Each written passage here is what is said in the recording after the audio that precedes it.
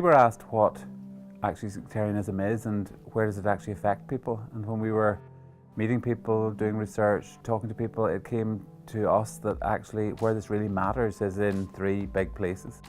The first is, if you like, violence. So we call that glass bottles, when people are actually suffering as a result of this and there are direct attacks. So that's something we have to take seriously.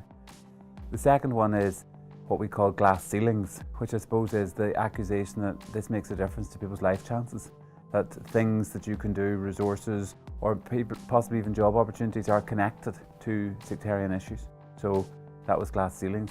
And then the question of glass curtains, which is, we know this has been a big issue in the past, and has it left a residue where people are still suspicious of each other, still hostile, or don't know each other in a way that's unhealthy? Of course, difference is healthy in any society, but it is important to know that we're not still operating on the basis of prejudice, and that's important for us to deal with. That was glass curtains. So these three things, glass bottles, glass ceilings, and glass curtains, came to, in a sense, illustrate what we were talking about as the problems associated with sectarianism.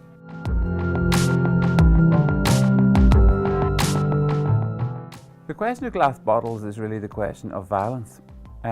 So often in this issue, people have actually been affected by direct attack.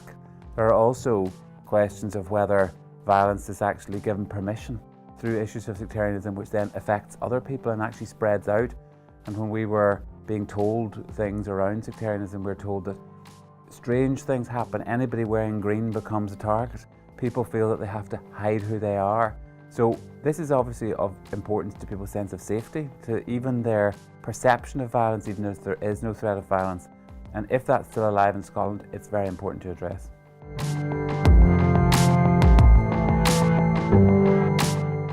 Glass ceilings is a big question across all of society, and it's another way of describing equality issues. That there are some people who just never make it to the top, or who are given a place and that's the place they're meant to hold. And I suppose we were interested in, is the accusation that sectarianism is one of the questions still applied to people when they look for a job alive in Scotland? And are there real different career paths and different access to resources across Scotland associated with being in one group or another?